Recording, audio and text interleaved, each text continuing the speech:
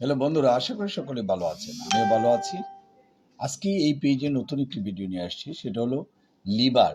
লিভারে যদি কোনো রোগ হয় বা বাইল ডাক্টে, লিভারের যে বাইল ডাক্ট রয়েছে সেইখানে যদি কোনো রোগ হয় তাহলে কী ধরনের ডাক্তার দেখাবেন, কী কী রোগ হতে পারে। লিভারের যারা ডক্টর, অ্যালোপ্যাথি ডক্টর, তারা এমবিবিএস করার পরে এফসিপিএস ডিগ্রি, তাদেরকে হেপাটোলজিস্ট বলা হয়। অনেক সময় পিত্তপাথড়ী হয় অথবা হেপাটাইটিস হয়, সেই জন্য কিন্তু আপনারা অ্যালোপ্যাথি ট্রিটমেন্ট করেন।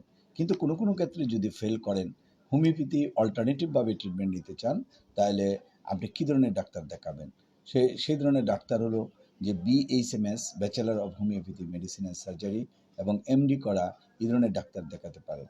আমাদের ফোন নাম্বার 01711 13370, এই নাম্বারে যোগাযোগ করতে পারেন।